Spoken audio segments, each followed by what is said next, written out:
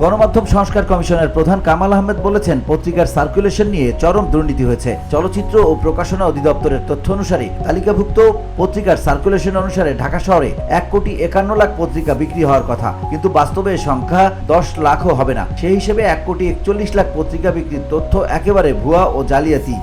সাংবাদিকতা পেশার কাজের জন্য আপনি যদি কোনো হুমকি, কোনো ধরনের আক্রমণ, কোনো ধরনের আইনি বাধার সম্মুখীন হন, সেটা যে তরফ থেকেই হোক, সরকার কিংবা কোনো এজেন্সি কিংবা এমনকি আপনার মালিক পক্ষ, তাহলেও এই সাংবাদিকতা সুরক্ষা আইনে সাংবাদিকের পেশাগত সুরক্ষা নিশ্চিত করার দায়িত্ব সরকারের উপরে পড়বে। আমরা সেই আইনের একটা খসড়া তৈরি করে দিয়েছি, যাতে অধ্যাদেশ হিসাবে সরকার সেটা অচিরেই প্রকাশ করতে পারে এবং জারি করতে পারে এবং সেটা কার্যকর হয়। সরকারি হিসেবে মিডিয়াভুক্ত হিসেবে 600টি পত্রিকা সরকারি বিজ্ঞাপন পাচ্ছে, কিন্তু পত্রিকা তারা বিক্রি করেন দুটি হকার সমিতির হিসাব অনুসারে মাত্র 52টি পত্রিকা নিয়মিত বিক্রি হয়। যে পত্রিকা প্রকাশিত হয় না সে পত্রিকা কি কেউ কেনে? এগুলো শুধু সরকারি বিজ্ঞাপন পাওয়ার জন্য দেখানো হয়। দীর্ঘদিন যাবৎ এই অনিয়ম, দুর্নীতি, জালিয়াতি হয়ে আসছে। সারা দেশের সাংবাদিকরা যে বেতন ভাতা পাবেন তার সাথে যুক্ত হবে ঢাকা ভাতা। এটা নির্ধারণ করবেন সরকার, সংবাদ মাধ্যমের বিভিন্ন পক্ষ, তারা মিলেমিশে এই ভাতা কি পরিমাণ হতে পারে বা ঢাকা ভাতাটা কি হতে পারে সেগুলো তারা নির্ধারণ করবে।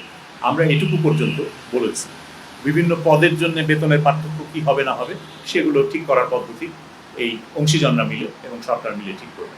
কিন্তু আমরা ন্যূনতম গ্যারান্টির কথাটা বলেছি যে এই গ্যারান্টিটা দরকার সারা দেশে সাংবাদিকদের, যাতে তারা তাদের মানসম্মত জীবনযাপন করতে পারে এবং দুর্নীতি এইখানে যেন ঢুকে পড়তে না পারে। সাংবাদিকদের মধ্যে দুর্নীতি ঢুকে পড়ার একটা অন্যতম কারণ হচ্ছে তাদের জীবনযাত্রার মান রক্ষার জন্য যথেষ্ট পরিমাণে পর্যাপ্ত আয়ের নিশ্চয়তা নেই। সেই নিশ্চয়তা বিধানের কথা আমরা বলেছি।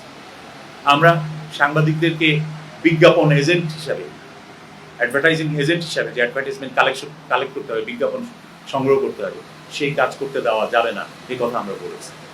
সাংবাদিকের কাজ সাংবাদিকতা করা, সেটা করতে দিতে হবে। শনিবার রাষ্ট্রীয় অতিথি ভবন যমুনার বাইরে আয়োজিত এক প্রেস ব্রিফিংয়ে তিনি এসব কথা বলেন। বসুন্ধরা, উত্তরা, বনশ্রী, কুড়িল ও বাড্ডা সহ রাজধানীর বিভিন্ন স্থানে অভিজাত ও অত্যাধুনিক মানের ফ্ল্যাট কেনার এক নির্ভরযোগ্য প্রতিষ্ঠান প্লেজেন্ট প্রপার্টিজ লিমিটেড। তাই আপনার স্বপ্নের আবাসনের জন্য আজই যোগাযোগ করুন।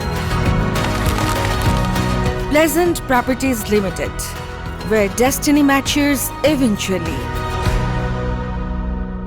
সার্কুলেশনের জালিয়াতি রোধে কোনো সুপারিশ করা হয়েছে কিনা এমন প্রশ্নের জবাবে কামাল আহমেদ বলেন, পত্রিকার সার্কুলেশন যাচাইয়ে আয়কর রিটার্ন জমা দেওয়া বাধ্যতামূলক করার সুপারিশ করা হয়েছে। এছাড়া পত্রিকা বিক্রির বিল রসিদ যাচাই করারও সুপারিশ করা হয়েছে বলে তিনি জানান। VOD Bangla news desk.